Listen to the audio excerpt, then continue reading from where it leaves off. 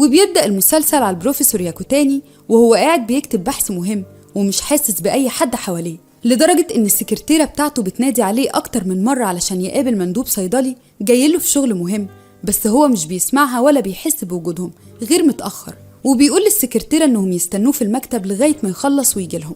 وبعد كده بنشوف ياكوتاني وهو بيفتكر اللي حصل معاه من صغره لما أخته الصغيرة كانت مريضة بورم وما قدروش يعالجوها وماتت بسببه، ومن وقتها وهو في حالة صدمة وبيعمل كل الأبحاث دي علشان يلاقي علاج للمرض ده.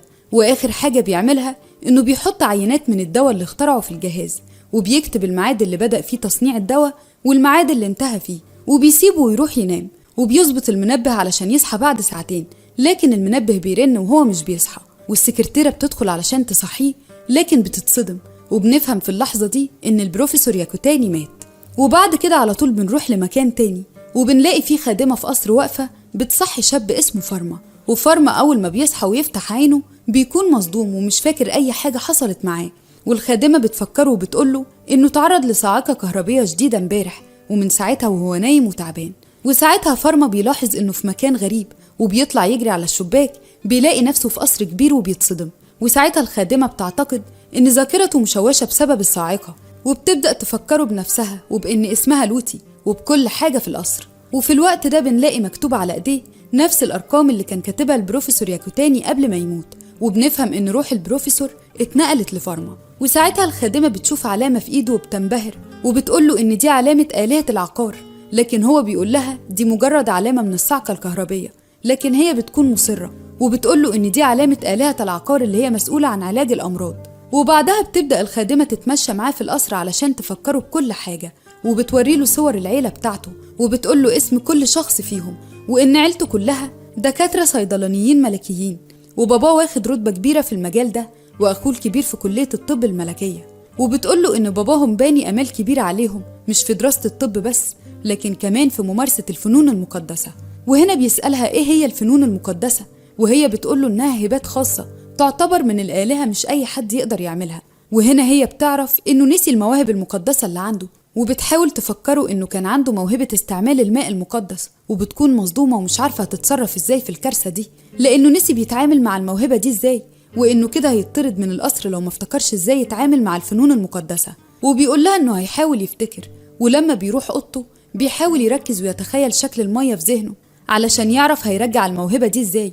وفي اللحظة دي بيظهر ضوء أزرق على جسمه، وبتبدأ المية تظهر من العدم، وهو بيتخض ومش بيكون عارف إزاي يوقفها، لكن في الآخر بيوقفها. وبتشوفه الخادمة وبتعرف إنه كده افتكر إزاي يرجع يتعامل مع موهبة الماء المقدسة تاني. وبعدها بيقعد يجرب شوية حاجات، وبيكتشف إن عنده موهبة إنه يظهر أي مواد يفكر فيها وبإيده التانية يقدر يخفيها. وبعدها بتعرفه لوتي الخادمة إن باباه أثناء ما هم بياكلوا دايما بيسألهم أسئلة طبية، والمفروض يكون فاكر كل الإجابات، وإنه قرأ مكتبة كاملة من الكتب الطبية وحافظ كل المعلومات اللي فيها. وفي الحقيقة فارما مش بيكون عارف إيه اللي في كل الكتب دي، لكن في اللحظة دي بيكتشف إن أي كتاب بيقراه بيحفظ فورا كل المعلومات اللي فيه بسرعة رهيبة. ولما بيروح على الغدا كلهم بيطمنوا عليه إنه كويس من بعد الصدمة الكهربية، وفعلا باباه بيسأله سؤال طبي صعب جدا وهو بيعرف يجاوب عليه بكل سهولة.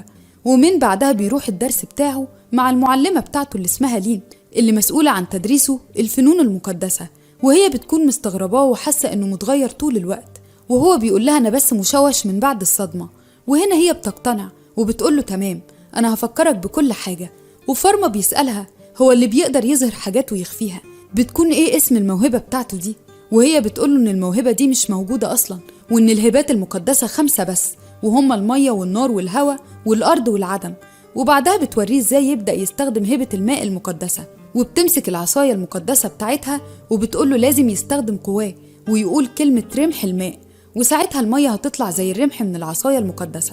وبعدها بتديله العصاية علشان يتدرب، وبتقوله لازم يقول كلمة رمح الماء، لكن اللي بيحصل بعد كده بيصدمها لما بتلاقي فارما مسك العصاية ومن غير ما يقول الكلمة دي بتطلع مية شديدة جدا لدرجة إنها بتطيرها بعيد، وهي بتكون خايفة منه ومتوترة، وبتديله عصاية لقياس القوة اللي جواه، لكن هو بيتخطى الحد الطبيعي وبيكون جواه سمتين الخير والشر، وإن اللي عنده الهبات دي بيكون يا إما إله يا إما وحش. وكمان بتلاقي على إيده علامة الآلهة منورة بالأزرق، وبتقوله إنه لازم ما يقولش لحد على الكلام ده حتى لباباه. وبعدين وهم ماشيين بتكون مش شايفة كويس بسبب إن نضارتها اتكسرت، وفارما بيوريها حركة تعملها على عينيها علشان تشوف من غير نضارة. ولما بيكون هو بيعمل نفس الحركة بيكتشف إنها مصابة في صباعها من غير ما تقوله، وبيعرف إيه اللي حصل لها وإيه العلاج. وهي ساعتها بتخاف جدا وبتقوله إن الموهبة اللي عنده دي زي موهبة عين آلهة العقار، مش بتاعة بشر عاديين. وكمان لما بيكونوا واقفين في الشمس بتلاقي ظل ليها على الأرض، لكن هو لأ، فبتخاف منه وبتطلع تجري وتهرب. وبعدها بنلاقيها بعت جواب لباباه بتقوله إنها تعبانة جدا وسخنة، وإنها كمان هتقدم استقالتها ومش هتيجي الفارما تاني. وباباه بيستغرب وبيسأله لو عنده فكرة عن الموضوع ده، لكن فارما بيقوله إنه مش عارف السبب. وساعتها باباه بيقوله إنه يوصل لها جواب ودواء علشان التعب اللي عندها. وفعلا فارما بيروح للين وبيتفاجئ لما بيلاقيها طالعاله ولابسة لبس مصفح وخايفة منه، وهو بيقول لها إنه جايب لها دواء، بس هي بتقوله إنه ممكن يكون جواه سم وهو عايز يقتلها علشان عرفت سره. وبتوعده إنها مش هتقول لحد أي حاجة بس يسيبها عايشة وما يقتلهاش. وهو بيحاول يثبت لها إنه فعلا جاي يطمن عليها وجاي يديلها دواء السخونة اللي بابا بعته، وإنه كمان اخترع لها دواء علشان صباعها المصاب وما عندوش نية إنه يؤذيها، وإنه محتاجها فعلا علشان تعلمه إزاي يستخدم القوة المقدسة اللي عنده، لأنه مش بيعرف يتحكم فيها ولا يتعامل معاها. وبيكلمها وهو متأثر وبيقول لها إنها لو قررت ترجع تعلمه تاني هو هيكون مبسوط جدا، ولو قررت إنها ما ترجعش فهي ليها مطلق الحرية، وهيفضل فاكر كل تعبها معاه والحاجات اللي علمتها له قبل كده. وبيديها ورد كتعبير منه على تقدير مجهودها معاه، وبيسيبها ويمشي. وهي في الوقت ده بتكون بتفكر في كلامه وبتقول إن آلهة العقار ما بتأذيش حد، بالعكس دي بتشفيه، وإنه كمان جاب لها الورد السماوي اللي هي بتحبه.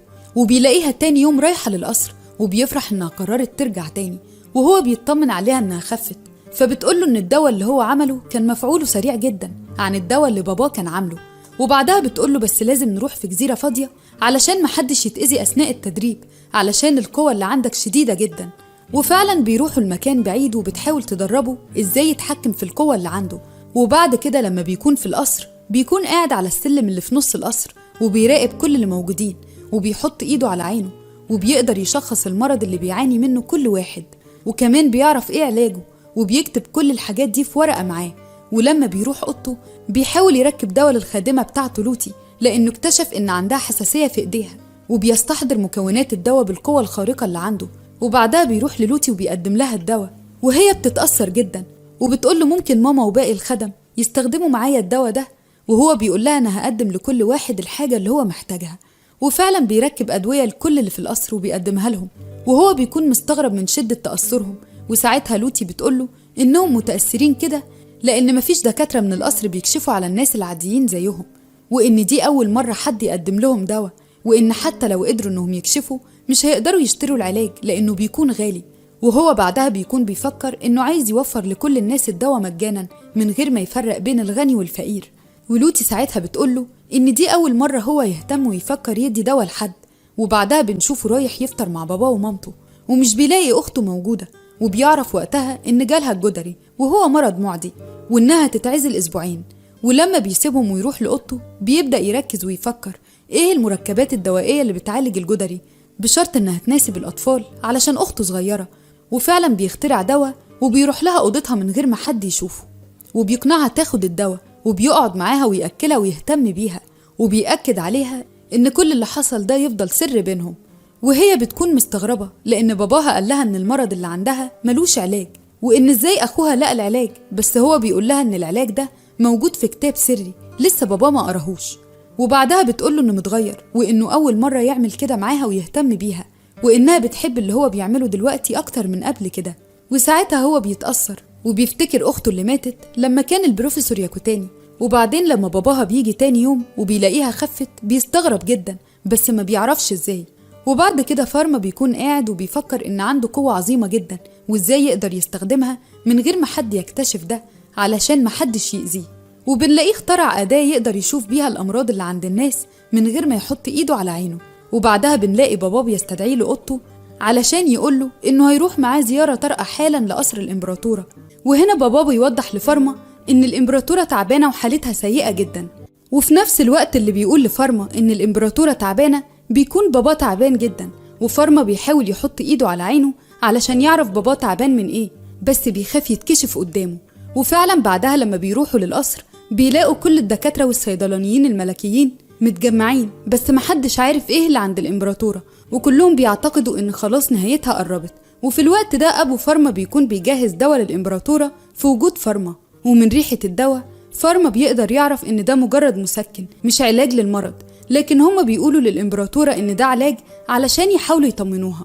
وساعتها فارما مش بيقدر يفضل ساكت، فبيحط ايده على عينه علشان يعرف ايه المرض اللي عندها، وبيكتشف ان عندها مرض صعب جدا وهو السل والالتهاب الرئوي. وبيكون واقف يفكر في العلاج المناسب ليها، ولما بيشوف حزن ابنها الصغير عليها بيتأثر جدا، وبيقرر انه يتشجع ويقول لها انه يقدر يوفر لها العلاج المناسب لحالتها. وفي الوقت ده بابا بيتفاجئ من كلامه، وكمان كل الموجودين بيتفاجئوا، وبابا بيحاول يخليه يبطل اللي بيعمله لانه معتقد ان ده مجرد كلام وانه مش فاهم حاجة. لكن الامبراطورة بتصمم تخليه يكمل كلامه، وبتديله فرصة يثبت لها صحة كلامه ده بانه يعمل لها الدواء اللي بيقول عليه. وطبعا كل الدكاترة اللي موجودين بيكونوا معترضين على اللي بيحصل، والامبراطورة بتقول لفارما انها معتمدة عليه.